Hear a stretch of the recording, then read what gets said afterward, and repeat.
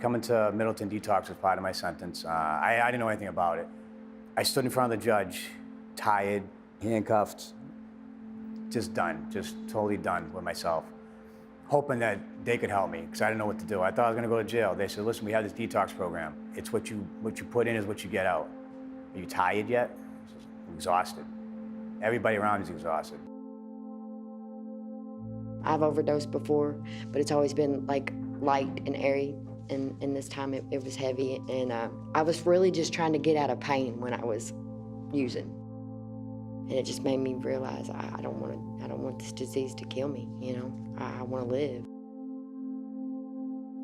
Both of my parents got very sick and were prescribed a great deal of medicine, and I felt a lot of anxiety and pressure to help take care of them.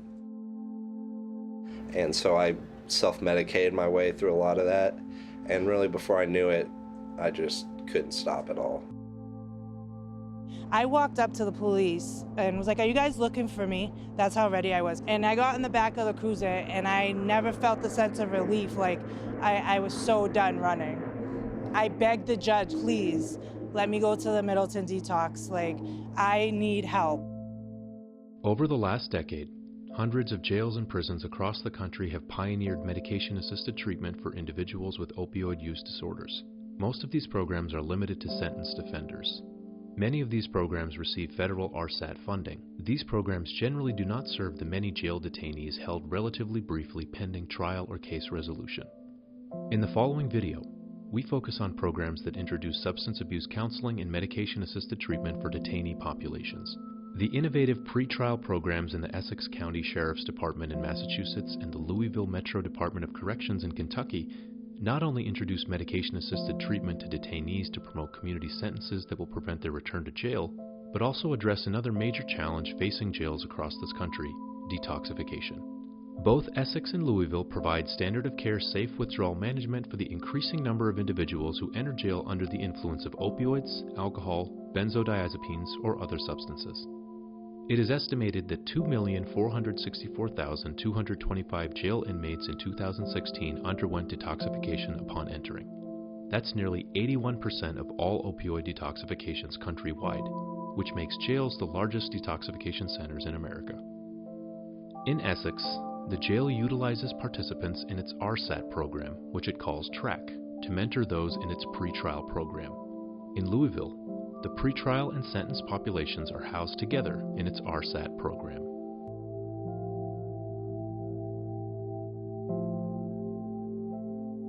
If we don't really find better solutions for this addiction problem, things are not going to get better. This thing is widespread. I can tell you from my experience as 33 years in law enforcement, now a year and a half up here almost, this opiate epidemic does not discriminate for any reason. It affects everybody, and it's a very troubling situation. And if we don't get our arms around it a little bit better, I think we're in deep trouble. And also now we have so many overdoses and deaths occurring that it's really just a moral thing. It's an imperative that we must do something to try to stop this horrible tragedy from continuing to occur. Massachusetts is one of the states that's most hardest hit by the opiate epidemic that's now ravishing our country. I saw a lot of people through my career with opiate addictions and substance abuse addictions in general. So one of the thoughts I had was there's got to be a better way to do it. So I decided to run for sheriff. One of the programs that I had great interest in was the detox program. Now there's two programs here, one for men, one for women. They're 28-day programs each, 42 beds. So the detox and treatment program was initiated about 2 years ago to provide an intensive but brief orientation to the treatment process. Usually we look toward people who wouldn't be necessarily looking at a long-term period of incarcerations. I want the client to buy in. I want them to be on board with the plan and to understand that this is what they need to be doing. If we don't take care of you now, you won't be able to take care of your family. So you need this treatment now. We feel this is in your best interest so that if you are able to maintain your sobriety, you'll be a better father, you'll be a better mother, you'll be a better worker, employee.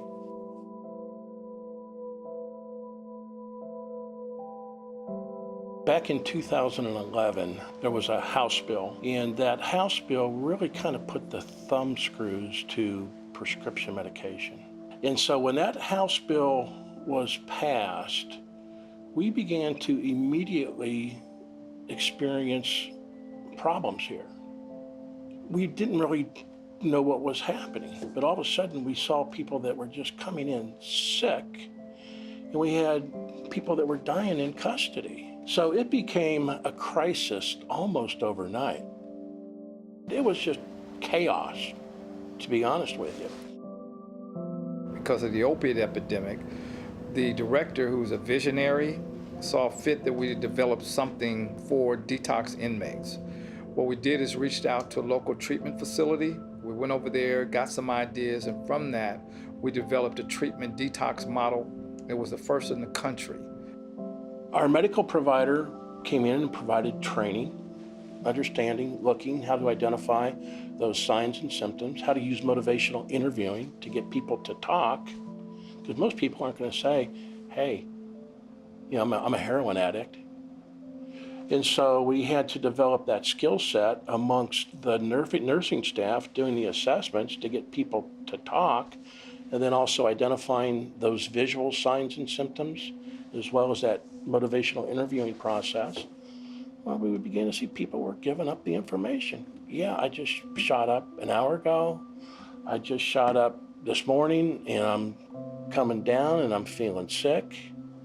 And so we began to know if a person was on the verge of overdosing, and we began to find out through this process whether a person was on the verge of going through detox withdrawals. Unfortunately, because of the nature of the disease of addiction, people are doing shoplifting, little petty thefts, and if you get caught, you're going to come into jail. I'm a prosecutor. I know there's a place for punishing people who break the law, but I think most will agree that you can't incarcerate your way through people with an addiction. And I think there has been a shift towards not the incarceration model. When I came in at my age, when I came in, you get a felony, you went to prison. When crack cocaine hit my environment out Shabby, out of West End, it took about storm in the 80s and 90s. We didn't have all these second chances. We never had them. You came in here, you got a felony, you went to prison. For me to have drug court is a blessing in itself. My judge told me and read my record and said, well, we're going to get you some help this time. The defendant, who we've identified as an addict, agrees that in exchange for a misdemeanor and a 365-day sentence over their head, they agree that they will go to treatment. Guys, they come in and they process them downstairs through the booking floor. They determine who's on what drugs and they put them in a certain dorm where they come up and they have these blue armbands. That lets us know that they're detoxing. That's why you see the numbers right there on the board and the stuff what they're detoxing off of. So they'll know what they're detoxing off of and how to treat them. But when they come in here, we read them the rules and we get them, we ask them if they're sick. But we don't do it to embarrass them. We let them know, hey man, we've been in the same boat. What we do is we try to be there for them. And last year we saw a peak of almost 10,000 detoxes. Now that's about 30% of everybody that came in here. 32,500 people came into this jail in 2017. That means we were detoxing 30% of them. Well, now we have not had one inmate overdose related death since we've started this program. And we had 6 within a 6-week period before we got up to speed. So the dividends in just human capital alone has paid off immensely. Real case management starts from day one to develop a plan of action. We know the old saying that people don't plan to fail, they just fail to make a plan. And so we want to be able to put a plan in together, and we want specific goals that are smart, specific, measurable, attainable, realistic, and timely. So we meet with them on day one in terms of if you were detoxing and you're feeling up to it, then we're going to start talking about your discharge plan. Where are you going to go? Because unfortunately, people come from I don't like to use this term, very dysfunctional, unhealthy kind of environments, and we don't want them to return there. What happens is we have someone here on staff who does a lot of case management and will develop resources in the community for them. I feel like I'm getting better here instead of if I were somewhere else in this jail, it would be getting worse. And just that fact alone makes it worth it, even when there's some frustrating things with it.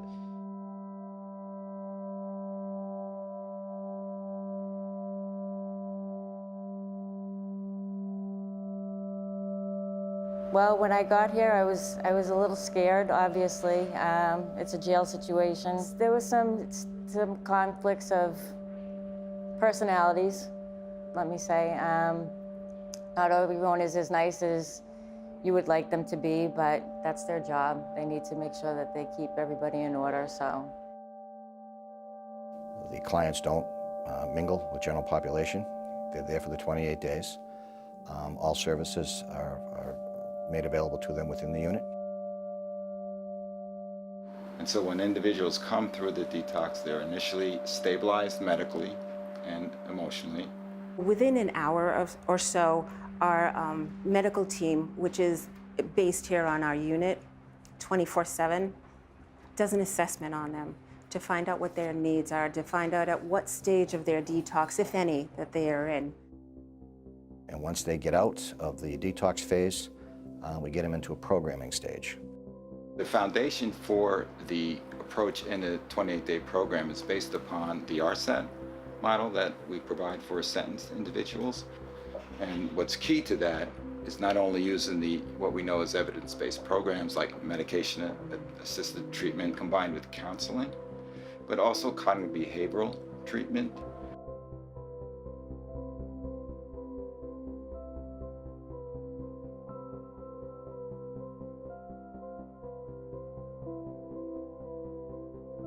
We also have vendors. They do workshops on relapse prevention to nutrition. They try to give us a good, solid foundation for when we get out of here.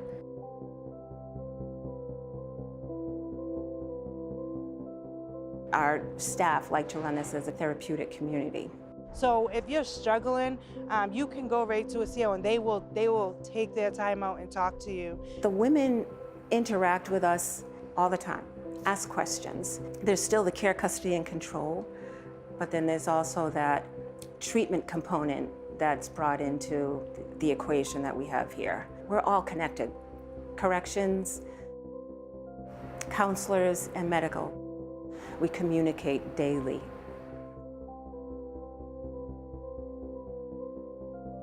Part of the programming here at Essex County Sheriff's Department is called TRAC. The peers who are involved in the TRAC program come over to the detox program and run a group for the participants here in the Detox 28-Day program. That gives hope to the individuals who are in the program themselves, and it also gives some direction to say, hey, you know, if you get your act together, you don't have to be where we are on the sentence side. I explain to the guys when I go up there and I help facilitate along with guys like Juan and some of the other peer leaders that we have on the unit. These are things that are taught to us and have been shared with us, and it's things that have either worked for us or are currently working for us, or we've seen work for somebody else firsthand. At the end of the day, it's all about relapse prevention. Watch your behavior. You know, you get taught here different perspectives of how to handle certain situations that are going to be realistically part of your day-to-day activities, whether it's here or outside. What makes addicts relapse? When you're an addict, you have one perspective. You know, it's my way or nobody's way. That's it. That's it. That's how we look at it. That's unfortunate, but we're very selfish people. So this program, with so many activities that they give us here, it gives you a better, broad understanding that, you know, there's more to life than me. There's actually other human beings in the world that exist, and they actually have a say. Look at that. That's crazy. Understanding that anytime you're incarcerated, you know, there are going to be people who are participating in these programs but not fully committed to them. And just introducing them to the treatment is good. It's better than not doing it, in my opinion. I was that person that didn't think he had a problem. I didn't want to be in the TRAC program. I met this program director who reached out to me and painted a different picture. Told me that it was okay to just, be honest with myself and whatnot. And she's the reason why I stayed in the TRAC program. So both programs followed the evidence-based principles and programs that are very important that we know make a difference, because they have proven statistically to reduce recidivism and reduce taxpayer dollars and to actually work.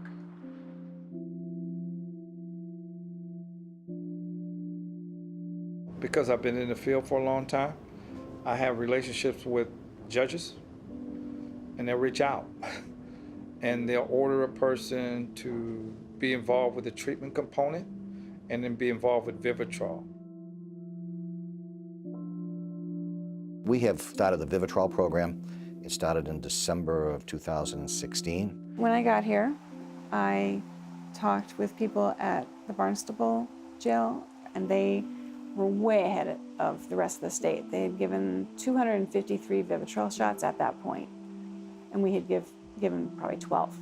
So I basically used their consent form, and together with what I learned from other jails, I put together a program. It is a bit of a complicated process because, first of all, a lot of the clients don't know what Vivitrol is. So during some of that programming, we explain to the clients what Vivitrol is. In your brain, there are little receptors. So you use heroin, the heroin goes into these little receptors and you get high. And Vivitrol blocks all the receptors. I first found out about Vivitrol in the program. Ken come in and kind of showed us a DVD, and it sounded like a good idea because I had been on methadone, I had been on Suboxone, and I didn't want the euphoria. I didn't want to be high no more. I just wanted to not have the cravings, so it sounded like a really good idea. They drew my blood, I guess, to see if my liver enzymes were acceptable. And then I guess a couple of days before I'm released, they give me a pill, I believe, to see how I react to it. The only reason we're doing that is to make sure they don't have an allergic reaction. So if that goes well, then they get a shot on their way out the day of the discharge. Goes in your butt. You do need to know that as well, and it hurts really bad, and it's a huge needle. We've done, I think, about 280 Vivitrol applications here, and I think that we've had some pretty significant success with that too.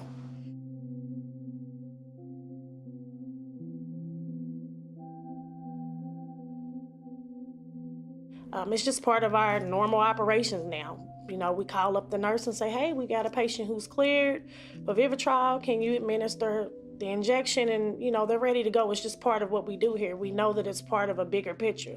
We know that it supports the mission to help individuals transition back into society and be productive. I think to date, we've administered Vivitrol to 148 of our clients upon release. You know that if you try to do anything, it's not going to work. I tried, it didn't work. Like my family was like, why do you need Vivitrol if you're clean? And you've been in jail for 6 months. Well, because to me, it's that backup plan, that even when I wanted to get high and life got rough and everything happened, I can't. The other advantage that Vivitrol has is it decreases cravings for opiates. It's like a safety net for me too. I know that it's in me. I know that I don't want anything. It takes the thoughts and cravings away. I mean, it's unbelievable, to be honest with you. I was on Suboxone for probably about off and on a year, but if you don't take it, then it doesn't work. So I would skip out and not take my Suboxone for that day, and I would go and use. I didn't have the greatest experience with Vivitrol because I don't know if it was a mental thing, but once I knew I couldn't get opiates, I went for the next thing that I could feel, and that was cocaine. I'm of the belief that if I were to stop using for a long enough period of time, a lot of other stuff would fall into place for me. So that's really my first goal, and then kind of see what happens from there. But yeah, not using, which would lead me to not getting arrested, which would lead me to being able to hold a job, which would lead to this, that, and the other. So at the end of the 28 days, for the men, we have an 87% success rate to complete the program. I'm talking about completing the 28 days. For the women, it's 80%. The last third of a program, whether it's in TRAC or it's in the detox program, focuses on community care coordination. And many part of their plan will be given the opportunity to continue their treatment in a long-term treatment program after this. They go back in front of the court, and they go back in front of the judges, and now that offers the judges has options. So yes, I leave in 2 days. The day that I leave, I will be getting the Vivitrol shot here that morning, and I go to court, and at that point, hopefully I'm going home. When they go back to court, we're going to send back a report and say, this is what's happened, this is where the successes have been, maybe this is where the weaknesses are, maybe there's some suggestions to the court. Again, you know, maybe it's like I said before, maybe a long-term residential treatment, maybe a sober house or something like that, maybe go back to work, whatever it could be. We're going to put that back onto the court, and then also bring in the probation officers on that.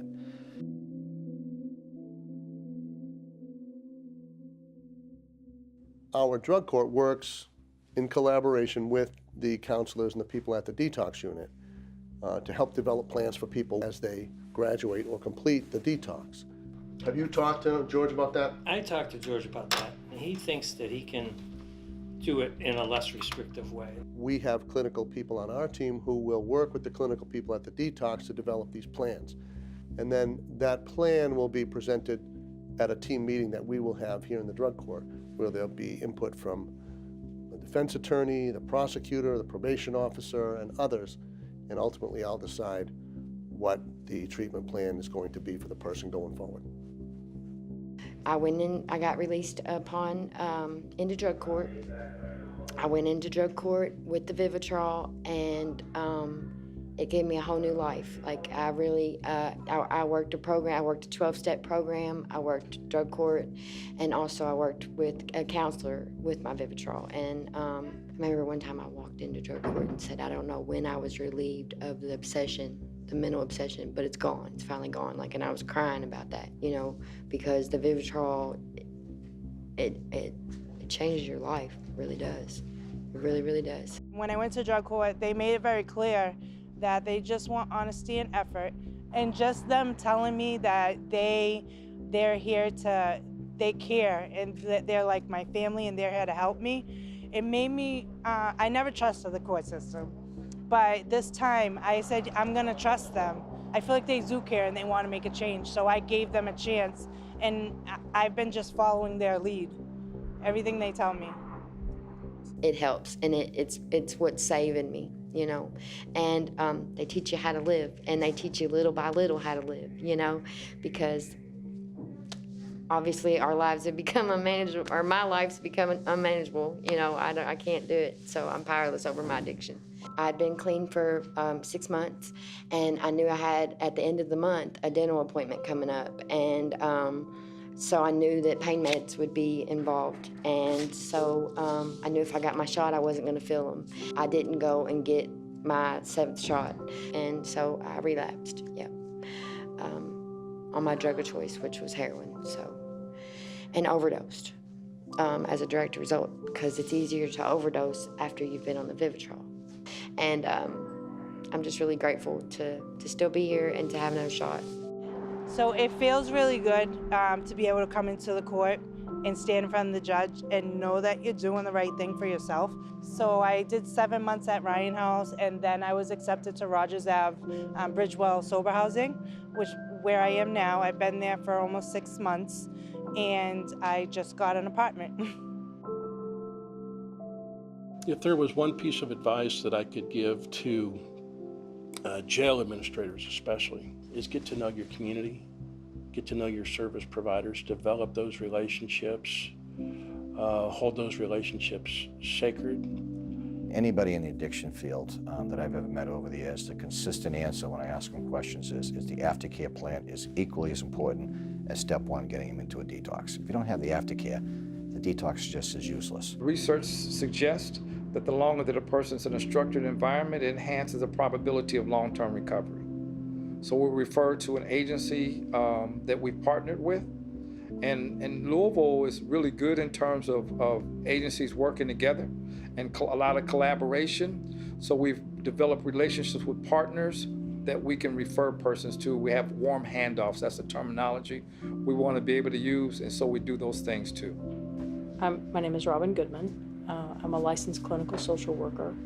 I supervise substance use treatment services here at the Family Health Center in Louisville, Kentucky.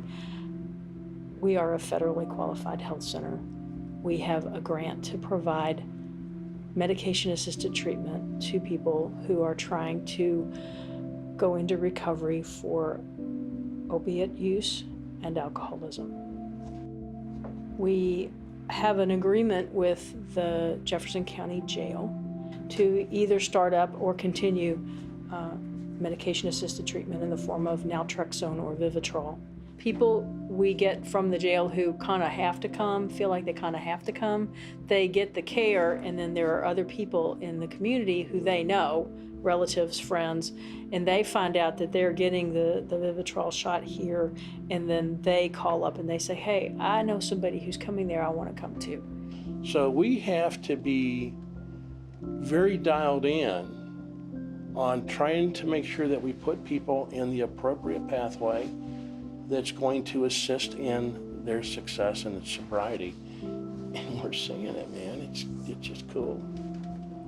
So that's why the detox unit is effective, because while they're in the detox unit, they're getting that treatment, they're engaging, they're starting on that process, and very often when they leave the detox unit, they have medication that assists them in maintaining that. I hope that the general public will understand. Gone are the days where corrections used to call it warehousing prisoners. The mindset has changed. We're trying to do better. We're trying to find solutions to the problem. People are going to be held in custody. If they're held in custody and they don't get the treatment that they need, they don't get better. Every year, 7 to 10 million Americans are awaiting trial in similar facilities around the country. Most of those individuals have substance use disorders and co-occurring mental health disorders. At least if they go to this detox unit, there's a chance that they're going to be able to succeed when they get out. And we have to do something. We have to do something to attack this crisis. I mean, you see the benefits every single day. You see the benefits when I'm walking around doing my rounds. You know, stop and talk to the individuals that are in the programs. You stop and see people on the streets, people that you would normally see that are, you know, probably getting ready to come into jail that day. They're not coming in. They're actually producing something, have a job, you know, paying taxes, stuff to help out the community instead of hurt the community. This Middleton Detox Unit effort, it's creative, it's effective, it's a way to try to poke at this problem and solve it, you know, do something about it.